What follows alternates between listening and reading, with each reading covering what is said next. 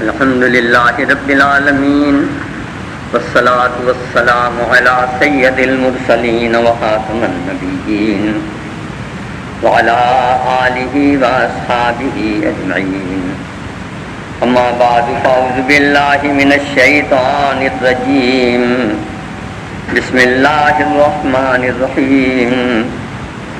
يا أيها الذين آمنوا كونوا قوامين بالقسط شهداء لله ولو على أنفسكم أو الوالدين والأقربين إن يكن غنيا أو فقيرا فالله أولى بهما ولا تتبعوا الهوى أن تعدلوا وإن تلووا أو تعرضوا فإن الله كان بما تعملون خبيرا. صدق اللہ مولانا العظیم. حضرات گرامی اور معزز بہنوں، پچھلا درس جو تھا ہمارا وہ بھی انصاف اور عدل پر تھا، اور اسی آیت سے ہم نے گفتگو کا آغاز کیا. آج بھی انشاءاللہ اسی کے کچھ شعبے انصاف اور عدل کے جو ہیں ان پر بات کریں گے. پہلی بات تو یہ ہے کہ یہ ہدایت دی جا رہی ہے ایمان والوں، اور ایمان والے لوگ وہ ہیں جنہوں نے اپنی منمانیاں چھوڑ کے اللہ کی بات مان لی، راضی برضا ہو گئے ہیں. ان کے پیش نظر یہ نہیں ہے کہ ہم اسلام کی صرف وہ بات مانیں گے جو ہمارے مفاد میں ہو. یعنی وہ مذاہب بھی ہیں، یعنی خاص طور سے یہودیت ہے، اس نے ایک فیصلہ کر دیا یکسوئی کے ساتھ کہ تورات کتاب تعظیم ہے اور تلمود کتاب تعلیم اور کتاب اطاعت ہے. حالانکہ تلمود وہ کتاب ہے جو وحی آسمانی پر مشتمل نہیں ہے، وہ خود بھی مانتے ہیں. یہ کتاب یہودی علماء، ان کے مفتیان کرام، ان کے مذہبی پیشوا، ان کے مقدسین کے فیصلے، فتوے، طریقے، ہدایتیں اور فضائل پر مشتمل ہیں. لہذا یہ کہہ کہ اس اعتبار سے انہوں نے اپنی دنیا آسان کر لی، اپنی عاقبت تو بگاڑ دی کہ جو کتاب اللہ نے وحی کی پیغمبر کے ذریعے بھیجی وہ ہے تورات. کتاب اطاعت تورات ہے، جس طرح ہمارے ہاں کتاب ہدایت قرآن مجید ہے. ہمارے فقہا کے فیصلے اور فتوے نہیں، چاہے وہ امام ابی حنیفہ رحمۃ اللہ علیہ ہوں، امام مالک ہوں، امام شافعی ہوں، امام احمد بن حنبل ہوں، علی ھذا القیاس ائمہ میں سے کوئی بھی ہو، وہ ان کی رائے ہے، اور وہ اپنی رائے کے بارے میں خود اس بات کا اظہار کرتے ہیں کہ اگر یہ ہماری رائے معاذ اللہ قرآن کے خلاف ہو تو ماننے کے قابل ہی نہیں، اور نبی صلی اللہ علیہ وسلم کے ارشاد گرامی کے خلاف بھی ملے تو اسے دیوار پر مار دو. یہ حضرت امام ابی حنیفہ رحمۃ اللہ علیہ کا قول ہے کہ کسی ضعیف سے ضعیف حدیث کے مقابلے پر بھی اگر میری کوئی رائے ایسی ہو جو اس کے خلاف ہو، اور میری رائے کے خلاف تمہیں کوئی کمزور ترین ضعیف ترین حدیث بھی مل جائے تو پھر میری رائے نہ مانو. اس اعتبار سے گویا فقیہ نے اپنی جان بچا لی، اپنی ذمہ داری سے دستبردار ہو گیا کہ میری بات نہ مانو، کیونکہ بات میری ماننا جو ہے وہ لازم نہیں. اللہ کی کتاب کے بعد جس کی بات ماننی لازم ہے وہ اللہ کے نبی ہے صلی اللہ علیہ وسلم. ہم تک جو کچھ اثاثہ پہنچا، یعنی یہ بات میں حضرت امام ابی حنیفہ رحمۃ اللہ علیہ کی طرف ہم تک جو اثاثہ احادیث کا پہنچا اس پر ہم نے ایک فتویٰ دے دیا. بلکہ امام صاحب یہ بھی کہتے ہیں اس سلسلے میں کہ جس فقیہ کو میرے فتوے کی بنیاد معلوم نہ ہو کہ میں نے فتویٰ کس حدیث کی بنیاد پر دیا اور قرآن کی کس آیت کی روشنی میں دیا، تو اسے میرے فتوے پر فتویٰ دینے کا کوئی حق نہیں. یعنی آپ یہ سمجھ لیں کہ اس اعتبار سے انہوں نے پبلک کو بھی باخبر کر دیا اور علماء کو بھی باخبر کر دیا کہ اگر میرے فتوے پر فتویٰ دو گے تو پہلے پتہ کرو میرے دلائل کیا ہیں، اگر وہ تمہاری سمجھ میں آتے ہیں تو فتویٰ دو۔ اور پبلک کو بھی آگاہ کر دیا کہ اگر کوئی بات رسول اللہ صلی اللہ علیہ وسلم کی جو مجھ تک نہیں پہنچی، ظاہر امام ابی حنیفہ کا زمانہ جو ہے وہ دوسری صدی ہجری کا زمانہ ہے، امام مالک کا زمانہ تو پہلی صدی ہجری کا زمانہ ہے، تو لہٰذا اس وقت تک احادیث کے یہ ذخیرے اکٹھے نہیں ہوئے تھے، مختلف حضرات کے پاس مختلف حدیثیں تھیں اور ان پر فیصلہ ہوتا تھا، پھر جا کے مجموعے مرتب ہو گئے۔ اب ہم اس عہد میں ہیں جہاں کوئی نئی ملنے والی حدیث کا امکان قطعی نہیں ہے، اب تو جو کچھ بھی ہے انہی سہائے ستہ کے مجموعوں میں یا اس کے بعد کے جو دوسرے مجموعے ہیں جو ان سے کم تر درجے کے ہیں، تاریخی اعتبار سے، روایات کی تنقید کے اعتبار سے، بیان کرنے والوں کی صحت کے اعتبار سے، ذہنی اور علمی اور اخلاقی۔ تو لہٰذا یہ بات میں آپ یہ کر رہا تھا کہ ہمارے لیے اس بات کی بالکل گنجائش نہیں کہ ہم میں سے کوئی شخص یہ کہے اور پھر وہ انصاف کی بھی بات ہو کہ جی جو بات میری پسند میں آئے گی اس پر میں عمل کر لوں گا اور جو پسند میں نہیں آئے گی اسے نہیں کر لوں گا۔ یہ ایسی بات ہے جیسے کوئی کہے کہ نماز میری عبادت ہے، چوری میرا پیشہ ہے، اور جو طریقہ کار زندگی کا ہم نے اختیار کر رکھا ہے وہ یہی طریقہ کار ہے۔ یہ تو ایک خاص علاقہ ہے، اس کے لوگ کہتے ہیں، جو یہ میں نے اردو میں ترجمہ کیا ہے آپ کو، فتووں کے میں کوئی فتنہ باز قسم کا آدمی بھی نہیں ہوں اور علاقائیت کی بات کرنے والا بھی نہیں ہوں اور مکاتیب فکر کی بنیاد پر فرقہ بندی کرنے والا بھی نہیں ہوں، لیکن ایک بات ہے جو بڑی رواج عام ہے اس کا، کہتے ہیں جی یہ ہماری تجارت ہے اور یہ ہمارے دین ہے، نماز ہم اللہ کے لیے پڑھتے ہیں، تجارت ہم کاروبار کے لیے کرتے ہیں، تو اس بات کی اسلام میں کوئی گنجائش نہیں، اور اسی طرح اس بات کی بھی اسلام میں کوئی گنجائش نہیں ہے اس آیت کی روشنی میں جو میں نے پڑھی ہے کہ ایمان لانے والے لوگوں کونوا قوامین بالقسط، انصاف کے علم بردار بنو، یعنی تمہیں صرف انصاف کرنے والے نہیں ہیں، انصاف کرنے والا تو چھوٹی چیز ہے، جسٹس کا عہدہ کم تر ہے، تم تو انصاف کا جھنڈا اٹھا کے نکلو کہ زندگی کے ہر شعبے میں تم نے انصاف کرنا ہے۔ ہم انصاف کو محدود معنی میں نہیں لے رہے کہ وہ عدالتی انصاف کی بات ہو رہی ہے، اس کی بھی ہوگی، وہ بھی اسی کا حصہ ہے، لیکن ایک باپ کا انصاف بیٹوں کے ساتھ، اور اس پر میں نبی صلی اللہ علیہ وسلم کی ایک حدیث بھی آپ کو دے دیتا ہوں، عہد مبارکہ۔ محبت کے معاملے میں کوئی پابندی نہیں ہے کیونکہ وہ قلبی معاملہ ہے اور اس میں آدمی مجبور ہے کہ کسی ایک بچے سے آپ کو زیادہ پیار ہے، اور یہ بات بھی قرآن نے واضح کر دی ہے بیویوں کے معاملے میں کہ بیوی اگر ایک سے زیادہ ہے تو یہ تو ہو سکتا ہے کہ کوئی بیوی آپ کو زیادہ پسند ہو، یہ دل کا معاملہ ہے، لیکن آپ اس زیادہ پسندیدگی کی بنیاد پر یہ نہیں کر سکتے کہ ایک بیوی کو بالکل معلق چھوڑ دیں قدر میں لٹکتا ہوا اور ایک بیوی کی ناک پردانیوں میں لگ جائے۔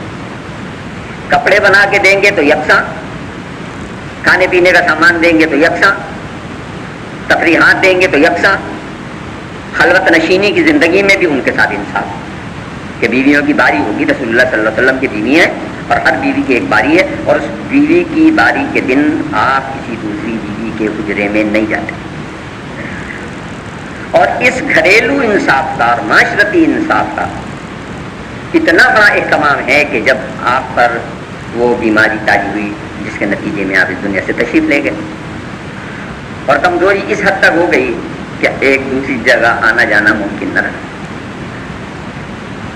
تو اب اس دن آپ سیدہ ام المومنین حضرت عائشہ رضی اللہ تعالی عنہ کے حجرے میں تھے، تو آپ نے باقی بیویوں سے اس بات کی اجازت مانگی ہے کہ مجھے اس بات کی اجازت دے دو کہ میں اسی کے حجرے میں رہوں، یعنی اللہ کا پیغمبر جو ہر ایک کے سامنے جواب دہی سے بالا کرے، صرف اللہ کے سامنے جواب دے، لیکن گھریلو انصاف کا جو نمونہ انہوں نے پیش کیا ہے وہ یہ کہ جب بیویوں سے اجازت ہو گئی ہے تو آپ وہاں رہیں، اسی حجرے میں آپ کا وصال ہوا ہے، وہیں آپ کی تدفین ہوئی ہے، وہیں آپ کا مزار مبارک ہے۔ اولاد کے معاملے میں انصاف کہ آپ یہ تو کر سکتے ہیں کہ ایک بیٹی زیادہ اچھی لگتی ہے، زیادہ خدمت گزار ہے، زیادہ پیار آتا ہے تو اسے پیار زیادہ کر لیں، وہ تو دل کا معاملہ ہے. لیکن یہ نہیں کر سکتے کہ وہ زیادہ اچھی لگتی ہے یا بیٹا زیادہ اچھا لگتا ہے تو اسے زیادہ دیں اور دوسروں کو کم دیں. ایک بہت بڑے درجے کے صحابی ہیں، ابا بھی صحابی، اماں بھی صحابی، بیٹا بھی صحابی، روایات حدیث میں بڑا درجہ ہے ان کا، حضرت نعمان بن بشیر رضی اللہ تعالیٰ عنہ. وہ ان کی اماں نے، وہ بڑا لاڈلا تھا اماں کا، اور ایک دن وہ بڑی مصر ہوئی اور ابا سے کہا کہ یہ مکان جو ہے نا یہ بشیر کو دے دو.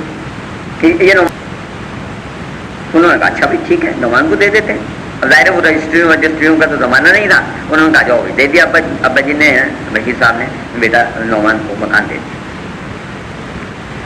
اب یہ دے دیا تو اماں بولی کہ نہیں ایسے نہیں، رسول اللہ صلی اللہ علیہ وسلم کی اس پر گواہی کرائیے، یعنی آپ چلیے میرے ساتھ حضور کی محفل میں اور وہاں چل کے یہ بات کہیے تھا جو حضور اس پر گواہ ہو جائے. چلو بیوی کو لیا انہوں نے اور نبی صلی اللہ علیہ وسلم کی خدمت افضل میں آ گئے اور آ کے سارا معاملہ بیان کیا کہ یہ میرا بیٹا نعمان ہے اور یہ اس کی اماں کی خواہش ہے اور یہ میرا مکان ہے وہ میں نے اس کو دے دیا ہے. تو یہ میری بیوی کہتی ہے کہ حضور کی اس پر گواہی ہونی چاہیے، تو اس لیے ہم آپ کے پاس. آپ نے ساری باتوں بھی سنی، پھر پوچھا بشیر تمہارے اور بھی بچے ہیں اور بھی بیٹے ہیں؟ انہوں نے کہا جی ہاں بیٹے تو اور بھی ہیں. کہا سب کو ایک ایک مکان دے دیا؟ یہ نہیں سب کو تو نہیں دیا، یہ تو پہلا معاملہ ہے، بیگم نے آج ہی کہا ہے ہم نے یہ مکان اس بیٹے کو دے دیا.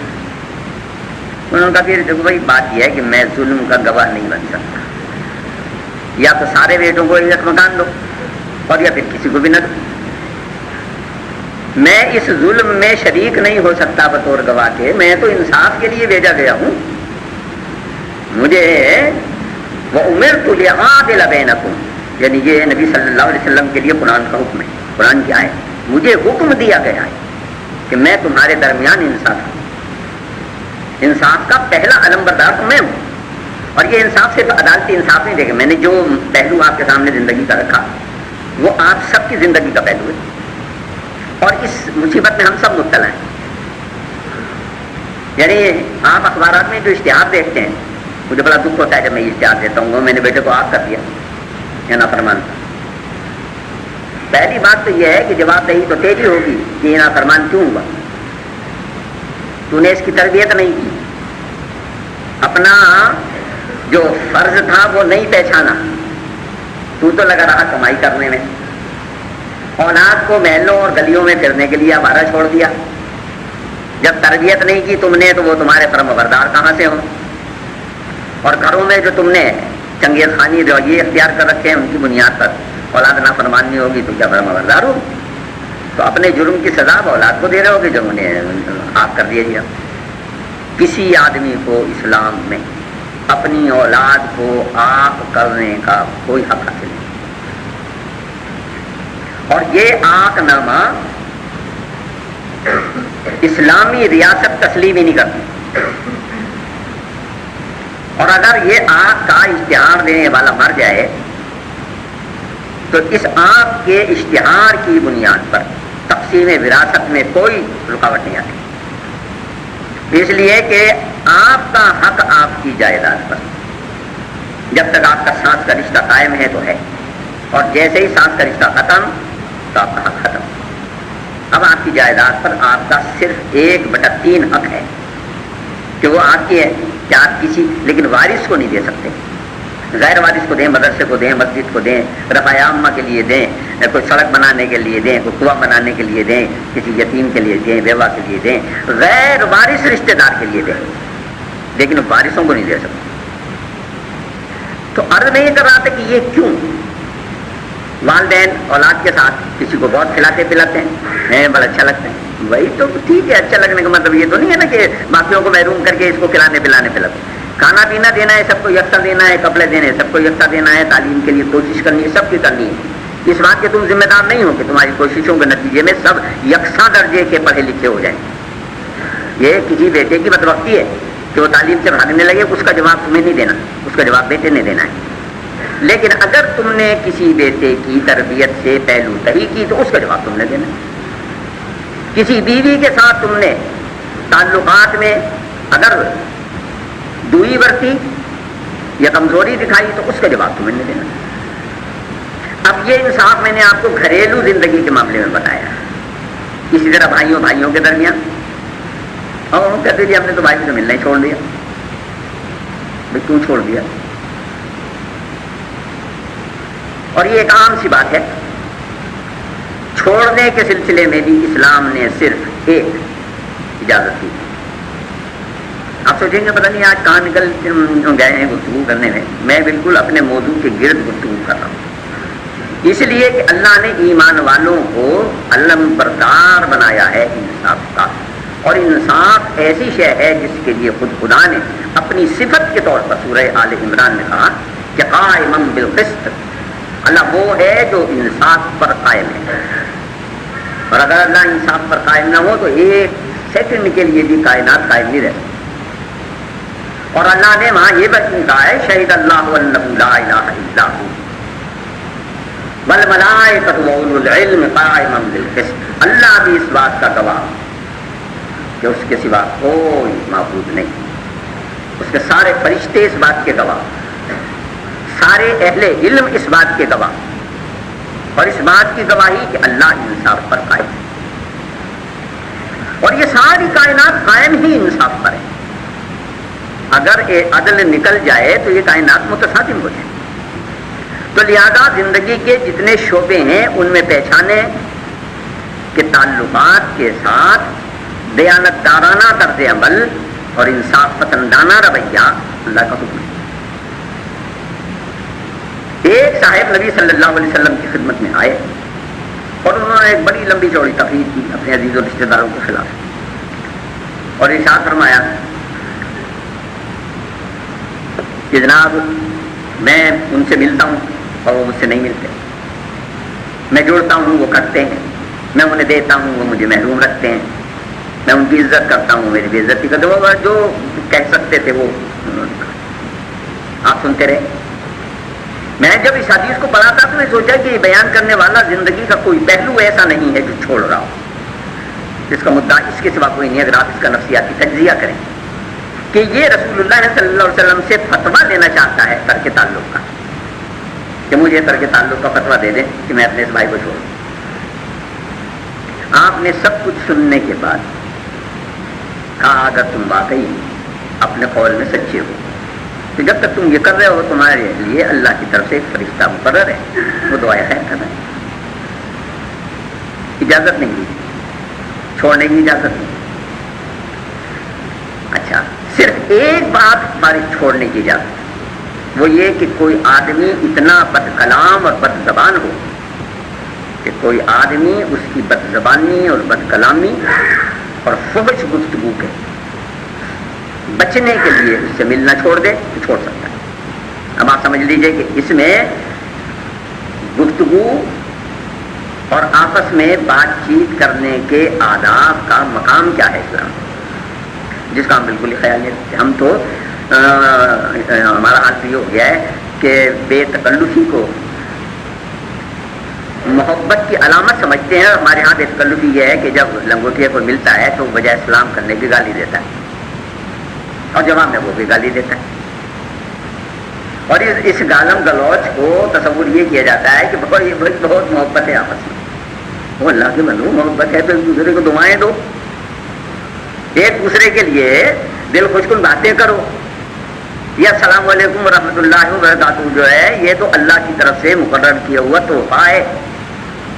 مشکات شریف کے باب السلام میں پہلی حدیث جو ہے وہ یہی ہے، حضرت آدم کی تخلیق کا اس میں ذکر ہوا ہے، یہ باب السلام کی حدیث ہے، بہت طویل اور تفصیلی حدیث ہے جس میں یہ بتایا گیا کہ جب حضرت آدم کو اللہ نے پیدا کیا، پہلی بات یہ کہی کہ اللہ کو آدم نے اپنی صورت پر پیدا کیا۔ یہاں صورت سے مراد یہ نہیں معاذ اللہ اللہ کی کوئی شکل ہے تو اس نے اپنی شکل پر بنایا، بلکہ مدعا یہ ہے کہ جتنی مخلوقات ہیں ان میں سب سے خوبصورت بنایا، سب سے متناسب الاعضاء بنایا، سب سے بہترین قوتوں والا بنایا، فی احسن تقویم، اتنا اچھا بنایا کہ بس سمجھ لو کہ تم سے اچھا کچھ نہیں بنایا، تمہیں سب سے اچھا بنایا۔ سورہ تغابن میں کہا یصورکم، تمہاری صورت گرے کی تصورت، اور بہت ہی خوبصورت صورت کرنا.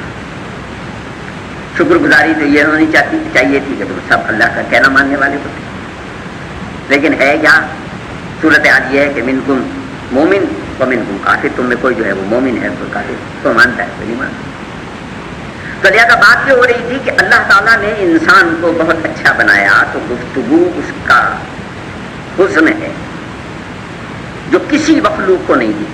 اللہ نے صرف انسان ہی کو لطف دیا ہے. زبان حیوانات کو بھی دی ہے، بولتے وہ بھی ہیں، لیکن گفتگو اور تقریر نہیں کر سکتے، صرف بھینیں کرتے. وہ بھی ان کی یہاں علامت ہے، ایک علامتی زبان، وہ بھی بولتے ہیں. اپنے بچوں کو بلانے کے لیے مرغی چوچوں کرتی ہے تو گائے بھی بھے بھے کرتی ہے.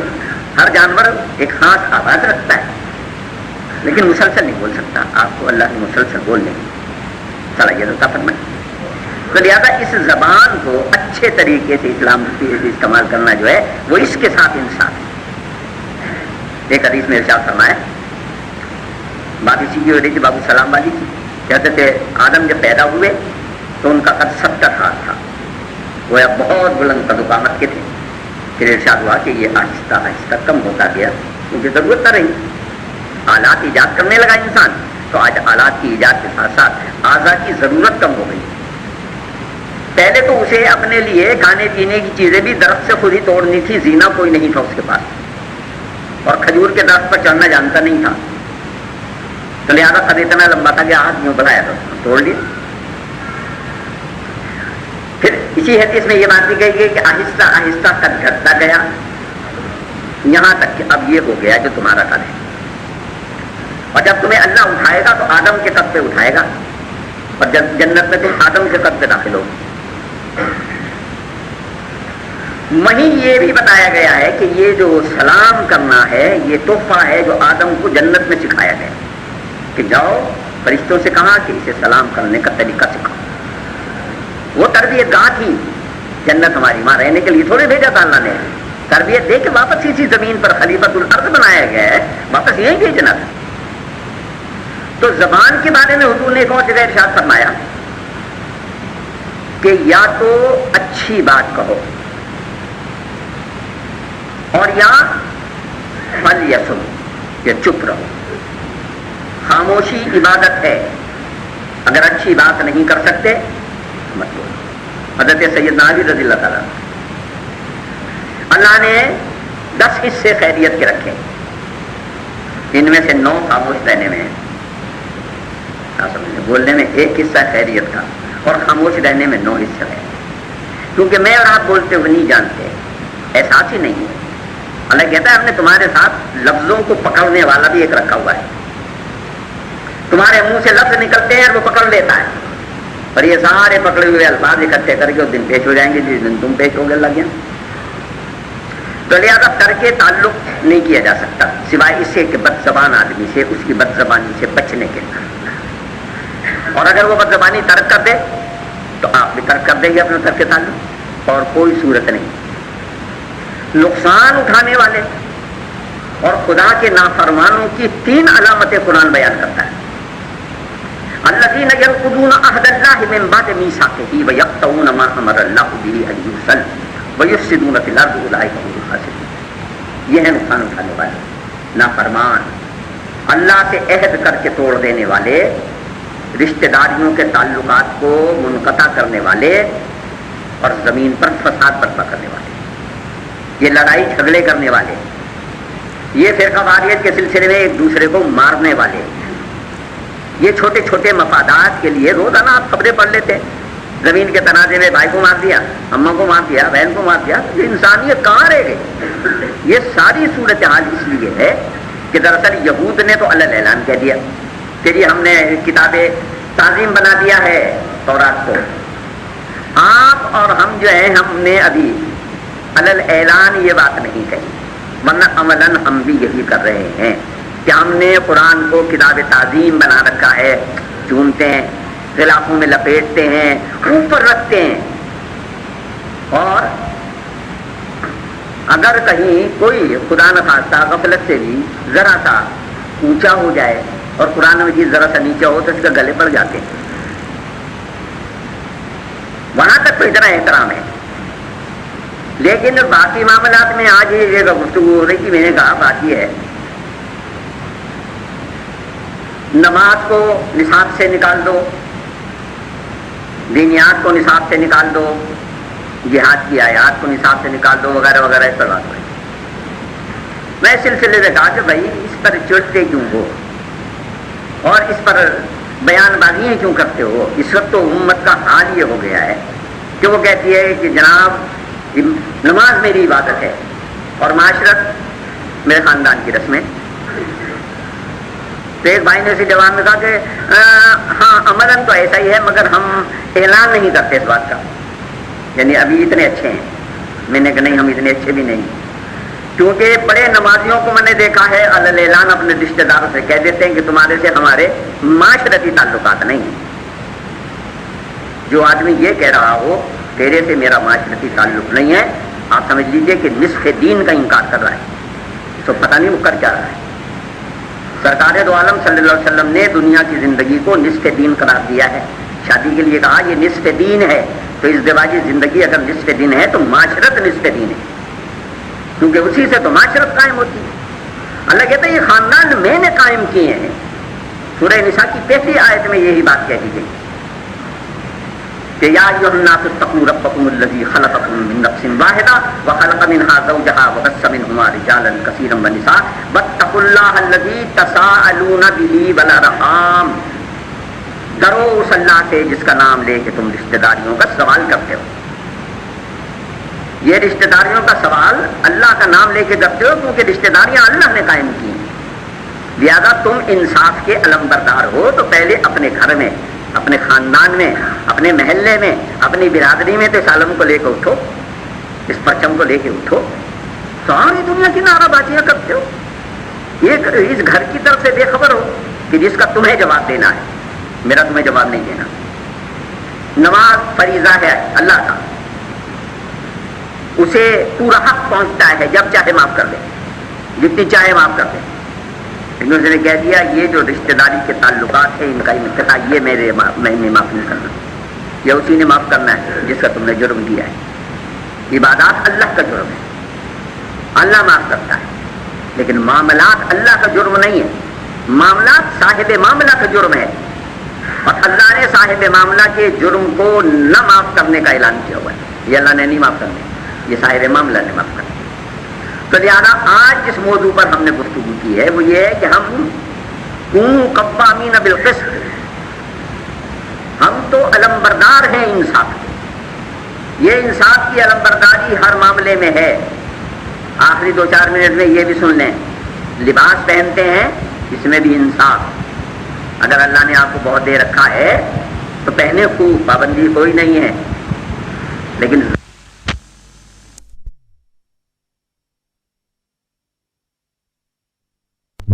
سرے تک ساروں نے اسے پیا. جب آخر میں نمبر آیا حضرت ابو ہریرہ کا تو کہا پیو ابو ہریرہ.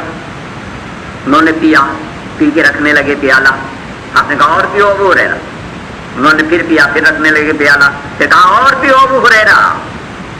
انہوں نے اور پیا. پھر جب حضور نے چوتھی دفعہ کہا تھا سرکار میرا تو پیٹ اب یہاں تک بھر گیا، گنجائش ہی نہیں، چھک گیا ہوں، جس کو اردو میں کہتے ہیں نا میں چھک گیا ہوں، گنجائش ہی نہیں رہی. تو کہا چلاؤ اب ہمیں دے دو، ہم پیتے. 29 آدمیوں کا، امتیوں کا منہ لگا کے پیا ہوا جھوٹا دودھ پیغمبر صلی اللہ علیہ وسلم پیے تو سنت ان کی، اور ہم اسے کہیں کہ یہ جھوٹا ہے، ہم نہیں کھا سکتے اور ہم نہیں پی سکتے، لہٰذا ایسے پھینک دو. آپ کے پاس 2 ہی چیزیں رہ گئی، یا پھینک دو یا کسی دوسرے مولوی صاحب کو دے دو، ہاں محترم صاحب کو دے دو. گویا یہ تیسرے درجے کی شے ہے. مدرسے میں بھی جمع دو، وہ مائی آتی ہے اس مائی کو دے دو. تمہیں کیا پتا اللہ کیا ہے، اس مائی کا کیا درجہ ہے، اس مؤذن کا کیا درجہ ہے. حضور نے فرمایا اب قیامت کے دن دراز گردن ہوں گے تکبیر پڑھنے والے بھی اور اذان دینے والے بھی، اور تم وہاں کہو گے تمہاری گردنیں چھوٹی ہوں گی کہ یہ سردار کہاں سے آ گیا. ابو جہل نے جب اس کے قتل کا وقت آیا تھا تو کہا تھا میری گردن نیچے سے کاٹنا تاکہ دور سے نظر آئے کہ سردار کا سر ہے. تو یہ دراز گردنی اتنی بڑی شے ہے. سرداروں کے لیے. تو مدعا کہنے کا یہ ہے کہ بھائی یہ انصاف آپ کو اپنے کھانے پینے میں بھی کرنا ہے. یہ گنبد شکم ہی نہ بڑھائے جاؤ. ہاں اللہ کے بندوں کو بھی کھانے پینے کو لیے دیا کرو.